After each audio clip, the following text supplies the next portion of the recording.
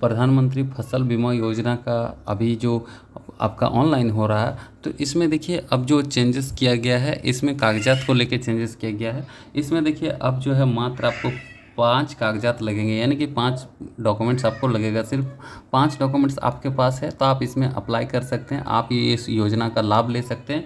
और ये प्रधानमंत्री फसल बीमा योजना जो है आप कोई भी सीएससी में जाके ऑनलाइन करा सकते हैं, कोई भी सीएससी में जाके प्रज्ञा केंद्र में जाके ऑनलाइन करा सकते हैं। और इसका देखिए अंतिम तिथि जो है 31/8/2024 तक है, आप लोग को पता ही होगा।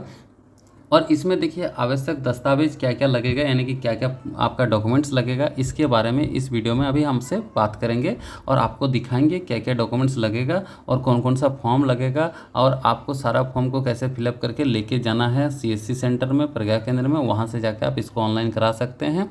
और ऑनलाइन जैसे आपका कंप्लीट हो जाएगा, आपको वहाँ से एक रिसीविंग मिल जाएगा, आप उस रिसीविंग को रखिएगा ताकि भविष्य में जब भी कोई इसके रिलेटेड कोई अपडेट आएगा तो उसको आप चेक कर पाइएगा।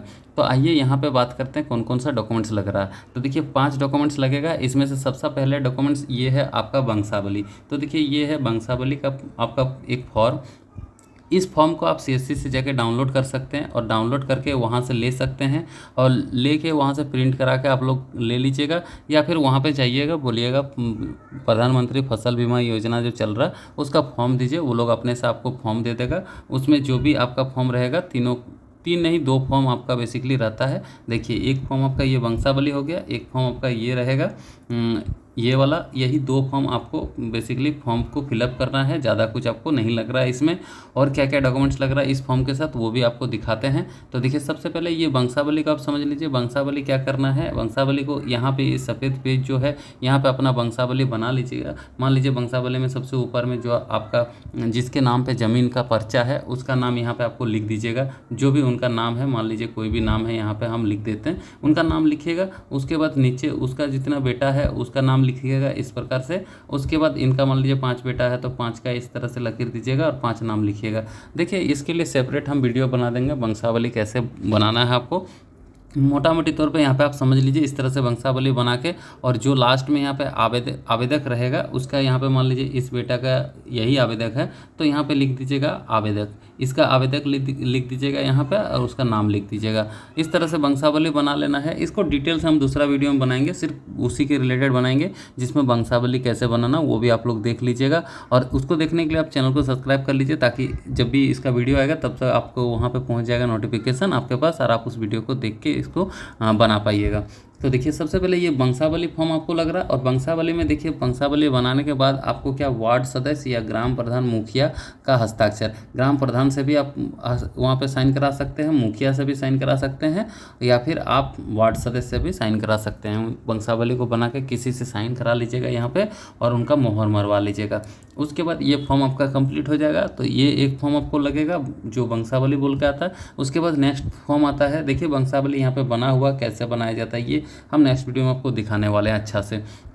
उसके बाद देखिए और क्या लग रहा है, और आपको ये एक फॉर्म लगेगा। इस फॉर्म में आपको क्या क्या फिलअप करना है, तो इस फॉर्म में देखिए आपको यहाँ पे ये जो है 100 घोषणा पत्र इसको बोला जाता है इस फॉर्म को। तो 100 घोषणा पत्र में मतलब यहाँ से आप खुद से इसको घोषणा कर रहे हैं कि मेरा इतना बीमा करा रहे हैं हम, इतना मेरा एकड़ में फसल लगाए हैं, ये नाम पता। तो देखिए क्या क्या भरना है इसमें आपको, यहाँ पे आपका नाम भर देना है, यहाँ पे पिता का नाम भर दीजिएगा, जिला, उसके बाद आपका यहाँ पे ब्लॉक, उसके बाद ग्राम पंचायत, और आपका ग्राम पंचायत भरने के बाद यहाँ पे फिर निम्नलिखित हेक्टेयर ज़मीन पर मेरा द्वारा खेती की जा रही है। निम्नलिखित ज़मीन पर मतलब ज़मीन कौन सा ज़मीन है आपका, जिस जगह में ज़मीन है उस जगह का नाम यहाँ पर आपको लिखना है। उसके बाद देखिए बीमा कराने, यहाँ बीमा कराए जाने वाले रकबे का विवरण, यानी कि जिसका बीमा करा रहे हैं आप उस बीमा का रकबा का डिटेल आपको यहाँ भरना पड़ेगा। जिला, ब्लॉक, ग्राम, ब्लॉक, गांव, उसके बाद खाता नंबर, प्लॉट नंबर, फसल कौन सा फसल के लिए करा रहे हैं आप, धान के लिए करा रहे हैं, मकई के लिए करा रहे हैं, या फिर अगर आपका दूसरा गेहूँ वेहूँ कुछ लगाए हैं, और कितना हेक्टेयर पे आप बोए हैं फसल को वो करना है। उसके बाद यहाँ पे आपको साइन कर देना है। साइन करने के बाद यहाँ पे उसको डेट मार देना आपको जिस डेट में भी अप्लाई कर रहे हैं। तो इस तरह से इस फॉर्म को भर लीजिएगा। तो देखिए कितना फॉर्म हो गया आपका, एक हो गया आपका ये वंशावली और एक हो गया आपका ये फॉर्म। और इसके बाद देखिए और कौन फॉर्म लग रहा है, तो और कोई फॉर्म आपको इसमें नहीं लगेगा, इसके साथ और आपको डॉक्यूमेंट्स देना पड़ेगा। तो डॉक्यूमेंट्स क्या देना पड़ेगा ये आप देखिए यहाँ पे लिखा हुआ है। देखिए क्या क्या डॉक्यूमेंट्स आपको लगेगा इसमें। चलिए एक एक करके आपको दिखाते हैं ये क्या क्या डॉक्यूमेंट्स लगेगा। तो देखिए यहाँ पे सबसे ऊपर में लिखा है बिरसा प्रधानमंत्री फसल बीमा योजना मौसम खरीफ 2024 हेतु आपका गैर ऋणी कृषकों के बीमांकन के लिए आवश्यक दस्तावेज। तो यहाँ पे देखिए आवश्यक दस्तावेज आपका क्या क्या लगेगा, यानी कि आवश्यक कागजात आपको क्या क्या लगेगा। तो यहाँ पे देखिए आपको जो आप अगर आप खुद का भूमि है तो आप अपना भूमि के लिए करिएगा, तो यहाँ पे इधर वाला आपको डिटेल भरना है, और अगर आप किराएदार है या बट्टादार है तो इधर वाला डिटेल आपको लगेगा।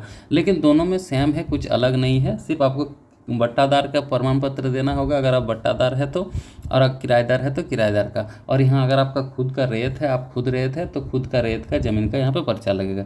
अब देखिए क्या क्या लगेगा यहाँ पे देखते हैं एक एक करके। तो देखिए यहाँ 5 डॉक्यूमेंट्स आपको लग रहा है, तो 5 डॉक्यूमेंट्स में क्या क्या लगेगा। एक सबसे पहला है आपका बैंक का पासबुक लगेगा आपको, और आधार कार्ड का छायाप्रति लगेगा आपको, जो भी आपका आधार कार्ड है उसका छायाप्रति देना है। उसके बाद यहाँ पे भूमि संबंधित आपका ज़मीन का लगान रसीद या फिर भूमि संबंधित आपका जो भी पेपर है वो लगेगा। इसको आप देखिए ऑनलाइन पर्चा जो होता है, ऑनलाइन पर्चा को भी निकाल के आप लगा सकते हैं, या फिर आपके पास जो ओरिजिनल पर्चा है वो भी दे सकते हैं, या फिर आपके पास जो है खजना रसीद है, खजना रसीद भी आप यहाँ पे लगा सकते हैं।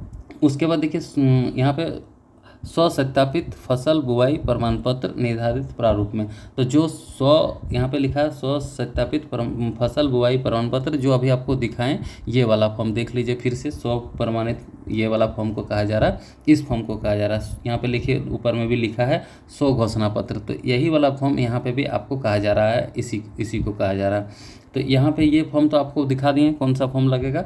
और इसके बाद देखिए क्या लगेगा यहाँ पे स्वसत्यापित फसल बुआई प्रमाण पत्र, तो यही हो गया वो वाला। उसके बाद देखिए आगे क्या लग रहा है, उसके बाद देखिए यहाँ पे कुछ आपका एक मोबाइल नंबर लगेगा, जो कि सबके पास रहता है मोबाइल नंबर, ये कोई बड़ा कागजात नहीं है, मोबाइल नंबर सबके पास रहेगा, ये मोबाइल नंबर आपको देना है। उसके बाद ये वंशावली फॉर्म आपको लगेगा, जिसमें आपको मुखिया या सरपंच इत्यादि से आपको साइन करा के देना है।